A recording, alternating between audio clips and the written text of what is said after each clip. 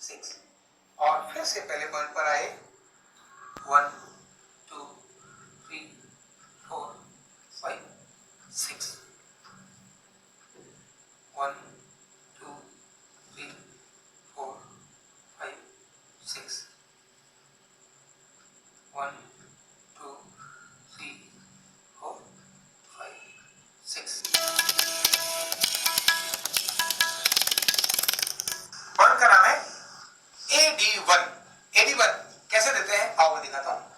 रोगी को सबसे पहले उल्टा लेटाना, उल्टा लेटाने के बाद उसके चेस्ट के नीचे 1.5 पिलो सेट करना। पहले एक पिलो लगाना, उसके बाद उसको आधा ओवरलैप करते हुए दूसरा पिलो लगाना और इस प्रकार से चिन बीच में रखने के बाद रोगी को ऐसे और हाथ नीचे की तरफ करके लेटाना।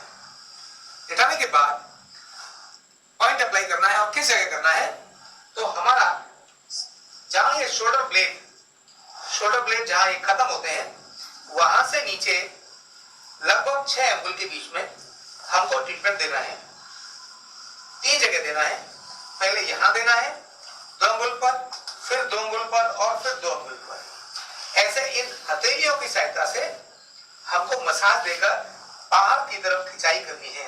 कैसे देखो, और ये देखिए 1 2 3 4 5 6 1 2 3 4 5 6 1 2 3 4 5 6 1 2 3 4 5 6 1 2 3 4 5 6 2 3 4 5 6। मतलब ये पॉइंट है 2 = 1। अगर हमने 6 ADR दिया है लेकिन वो 2 = 1 3 पॉइंट्स पर है, इसे ध्यान करना। हमने AD1 6 बार देना है तो कैसे देना होगा देखिए।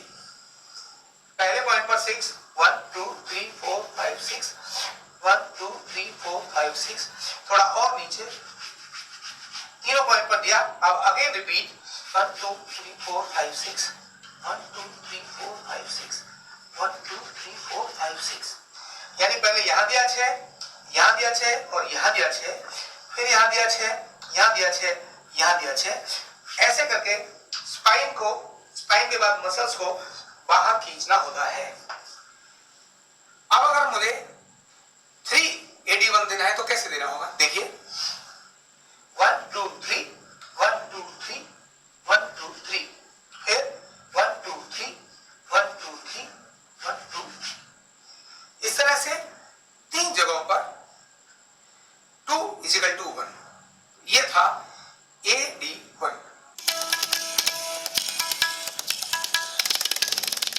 पॉइंट है AD2। कैसे देते हैं देखिए। रोगी को उल्टा लेटाना, लेटाने के बाद 1.5 पिलो उसी प्रकार से सेट करना। पहले पूरा पिलो लगाना, उसको आधा ओवरलैप करते हुए दूसरा पिलो लगाना और चिन इस तरह से ऊपर वाले तकिए पर रखना और हाथों की पोजीशन ऐसी। खड़े होने के लिए रोगी के दोनों तरफ हमको पैर रख के खड़ा होना चाहिए। कहां देना है तो ठीक जहां हमारे शोल्डर ब्लेड ये खत्म होते हैं वहां से 6 अंगुल के बीच में हमको स्पाइन के दोनों तरफ दोनों हाथों को समान रूप से ऐसे सेट करना है और सेट करने के बाद ऊपर से मिलाना है, लेकिन नीचे से स्पाइन के साथ खोलना है, ऊपर मिलाना है जिससे हमारा प्रेशर ठीक से आए। और यहीं पर यह भी 2 = 1 है, इसीलिए कैसे करना, ये 1 = 1 है, इसीलिए कैसे करना देखिए। 1 2 3 4 5 6। ये मैंने 6 AD2 दिया क्योंकि यह 1 = 1 है। कैसे देना है फिर से देखिए। अब अगर मुझे 6 बार देना है तो कैसे देना होगा। यहां स्पाइन सेट की 1 2 3 4 5 6। इसमें हल्का जर्क जाना चाहिए, लेकिन ऐसे नहीं। हाथों को सेट करना, प्रेशर डालना, बस इतना ही करना है तो किसी प्रकार का कोई झटका ना लगे। हड्डी जिसकी कमजोर हो उसको बहुत लाइट देना चाहिए। बड़ी उम्र वाले रोगियों को कम वजन के साथ देना चाहिए। जिनको ऑस्टियोपोरोसिस है, जिनकी हड्डियों की कमजोरी है, उस रोगी को भी बहुत सावधानी पूर्वक देना चाहिए। अगर स्पाइन में इंजरी है तो उसको नहीं देना चाहिए। जिसको हार्ट की प्रॉब्लम है उसको नहीं देना चाहिए। जिसको हाई ब्लड प्रेशर है उसको नहीं देना चाहिए। जिसको कैंसर है उसको नहीं देना चाहिए। और हाँ, प्रेग्नेंट लेडी को किसी भी प्रकार का ट्रीटमेंट जो उल्टा लेटा करके दिया जाता है बिल्कुल भी नहीं देना चाहिए।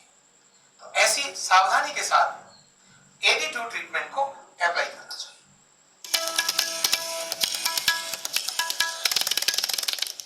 OA1 कैसे देते हैं?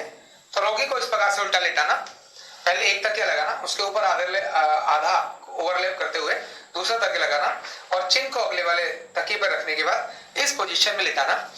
ट्रीटमेंट देना है हमने घुटने के पीछे यानी बैक ऑफ नी में ट्रीटमेंट देना है। तो उसके लिए पंजे को इस तरह से लेकर हल्का इनसाइड मोड़ना और जो भी पजामा या कुछ ऐसा कपड़ा है उसको पैर से ऐसे दबाना जिससे कि यहाँ सलवट ना पड़े।